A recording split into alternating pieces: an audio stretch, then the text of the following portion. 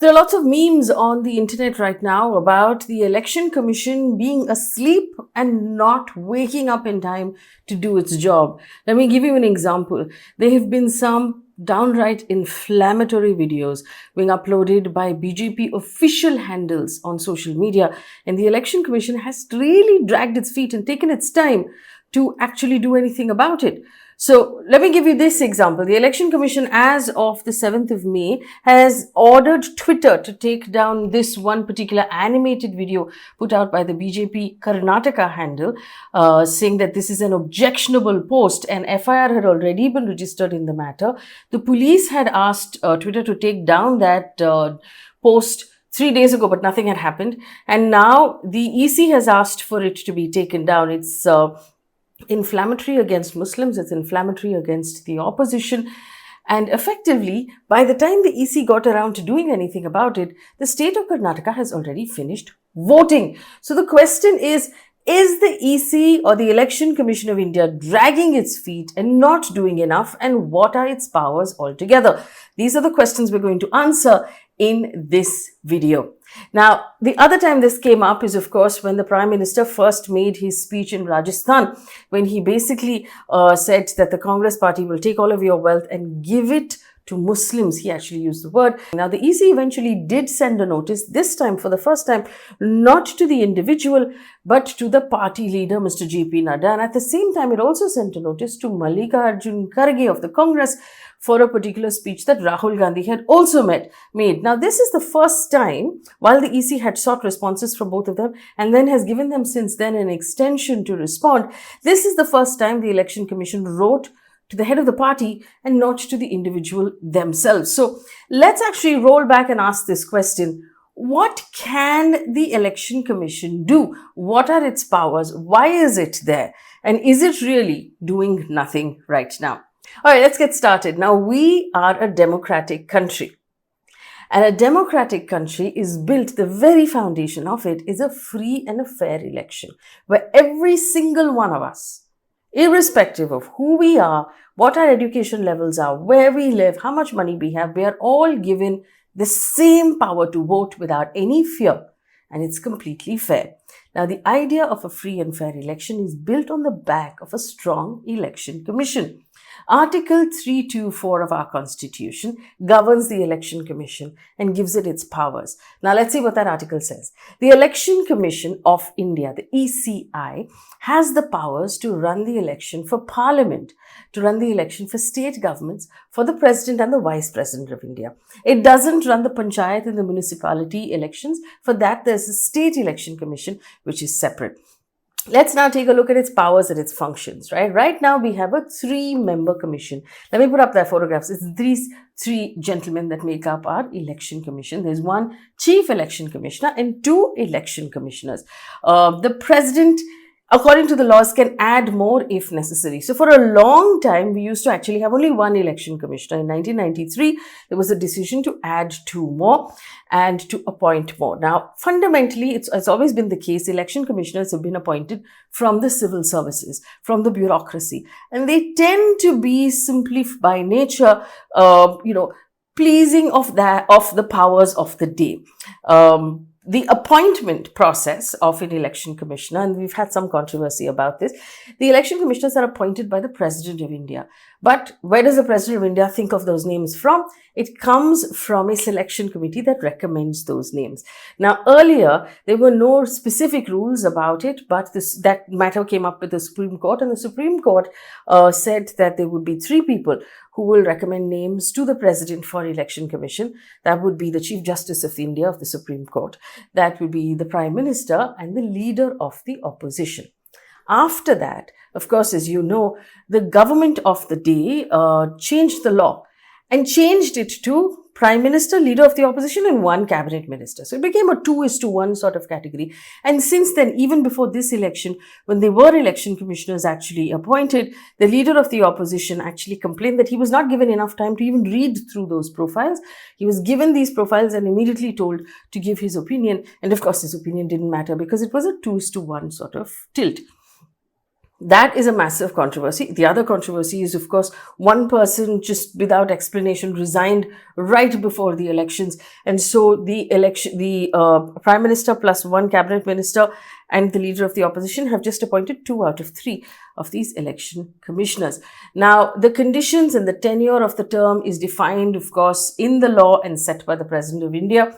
There's a term of 6 years or until they reach 65 years of age, whichever happens first, and they can resign at any point. So there's no sort of rule that they have to complete, their term or they need specific reasons to resign. And as I told you, one individual resigned just before these elections, and that raised a few eyebrows as to why would an election commissioner, whose main job it is to run elections, resign right before the elections. There was no explanation offered. The chief election commissioner, if the chief election commissioner has to be removed for any reason, it can only happen by a resolution moved in both houses of parliament, sort of on the same rules as how a judge can be removed from a Supreme Court. And this has never happened in the history of independent India. Now, there's no specific qualification for, becoming a chief election commissioner or an election commissioner. And there is no rule, and this is important, saying that after the term is over, that there's a cooling off period before another appointment or before another position is awarded to this person. And we've seen that draws actually a question of, independence or question of leaning when it's happened in Supreme Court, where judges immediately after finishing their term have been offered positions by government. Now let's take a look at the functions of these 3 men, putting up their faces again so you know who's in charge at this point of the Election Commission. Now, their first job is to divide the constituencies and actually draw out the constituencies of how each election will be held. They have to prepare and manage the electoral rolls, and this is a massive job. Obviously, given the size of our country, the number of people who vote, matching their actual IDs with the government ID and making sure that their names are on the list, spelling mistakes, things like that. It's a giant task.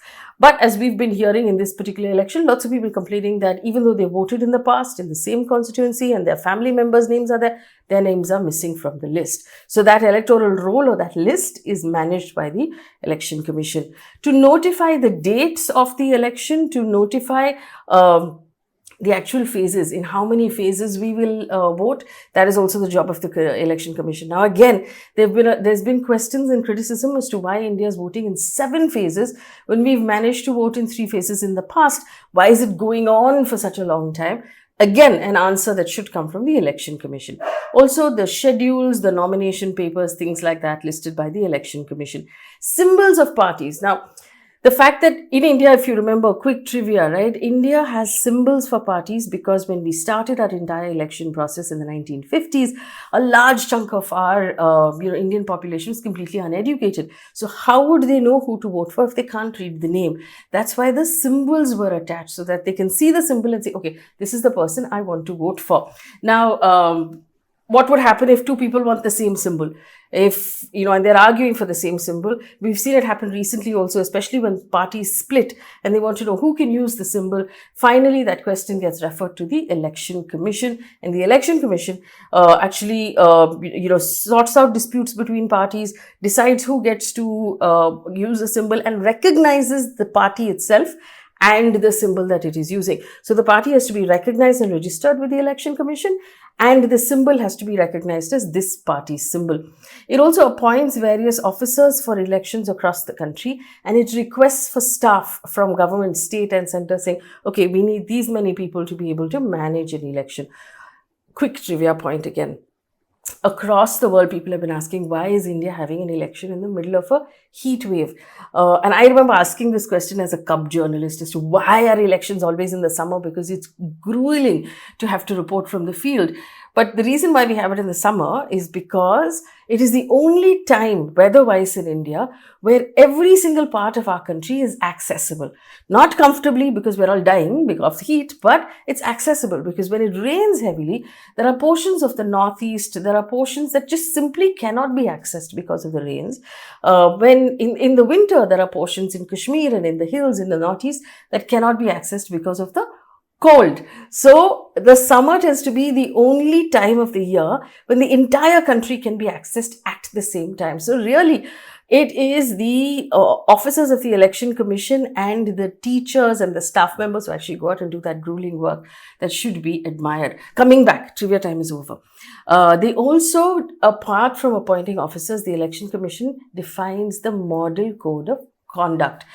Now, you've heard this a lot. Model Code of Conduct has come into force. MCC. What is the MCC? So from the time elections are declared to the time the actual voting takes place, a code of conduct is brought into play. This code of conduct actually regiments what kind of rules have to be followed while campaigning, how much money is spent, what is being done on the ground, what kind of advertisements are being released. The government of the day cannot make any decisions or announcements after the Model Code of Conduct is in force because it will influence voting. So this entire thing is again regimented by the Election Commission, and the Code of Conduct is not set in stone because it's a living, breathing thing. It has to change with times. All of these things have to constantly be thought through. And so the Code of Conduct is also constantly changing. And the Election Commission releases that code before every election. It also advises the president of disqualifications of members of parliament. It can cancel a particular election, rehold that poll in a particular space if there has been evidence of rigging or booth capturing or violence against booth capturing.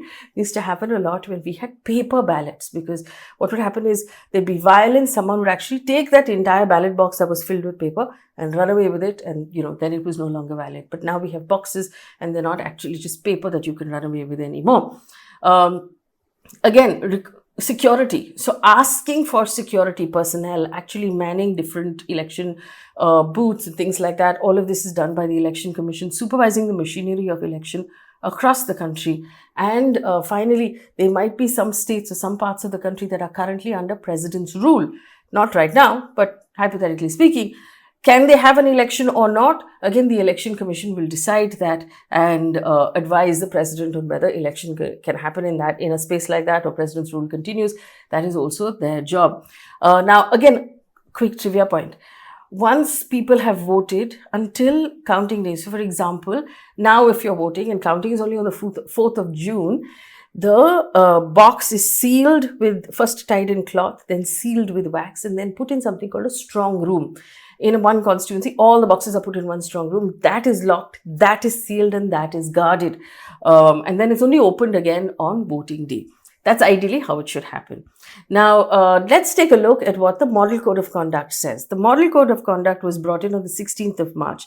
Results will be declared on the 4th of June. Now, this is the set of guidelines. I'm just going to give you an example. And then, of course, you can go to the website and read the whole thing yourself if you want to.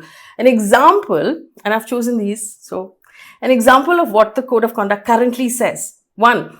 No party or candidate shall include any activity which may aggravate existing differences or create mutual hatred or cause tension between different communities, castes, religious or linguistic. 2.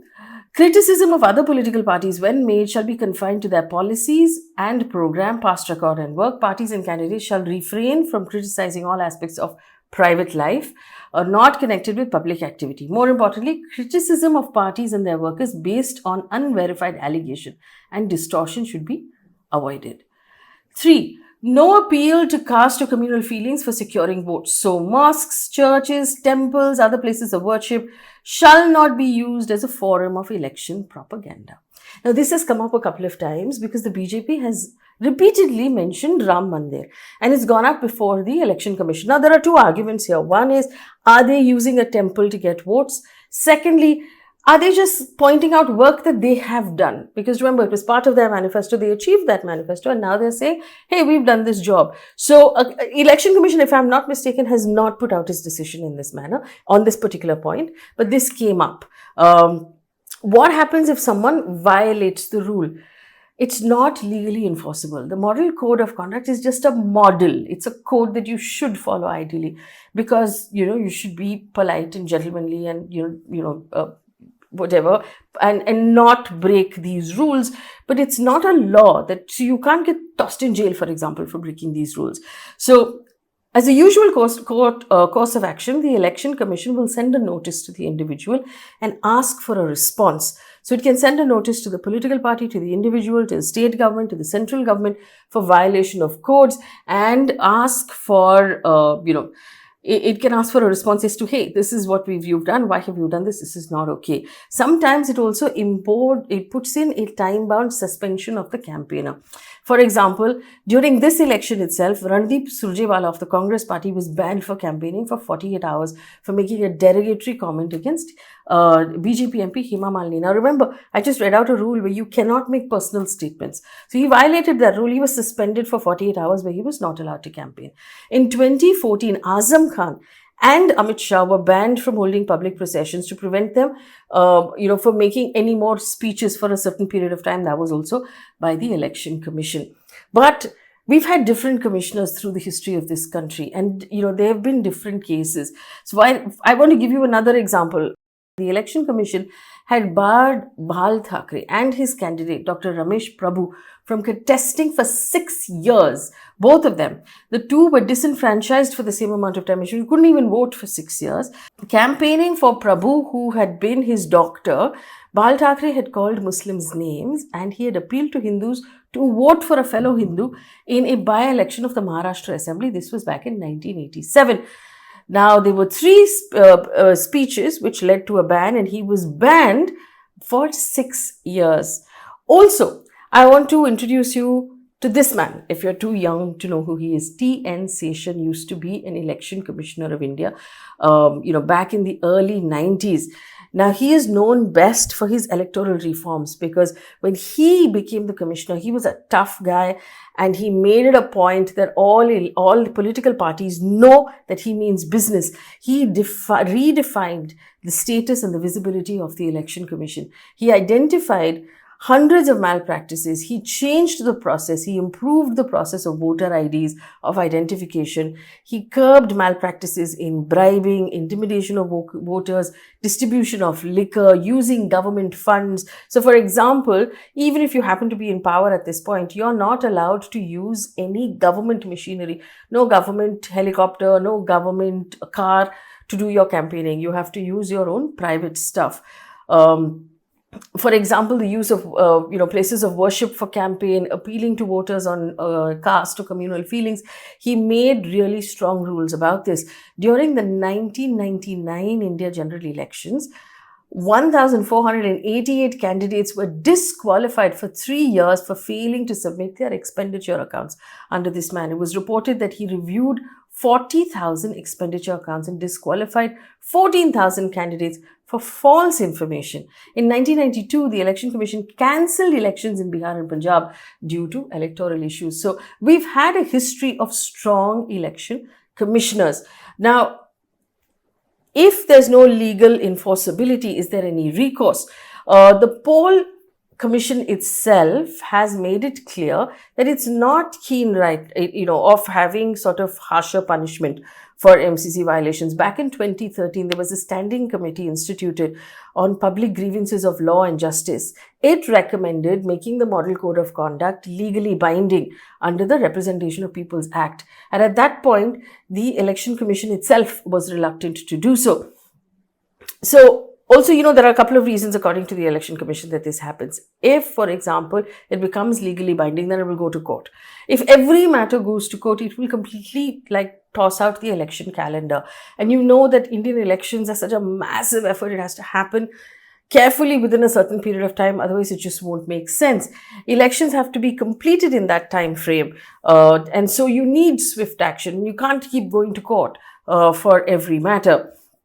So, this is currently where the structure is. There is a Model Code of Conduct. The Election Commission has the ability to do many things. It can choose whether it wants to be harder or softer. In this case, I think it's clear from most of the voices right now, it's choosing to be softer. It's choosing to be slower. It's choosing to be blunt and not really sharp and fast and swift. And that is a choice that these 3 election commissioners are making. But now you have an idea of who the Election Commission is, what its job is, and what it can or cannot do.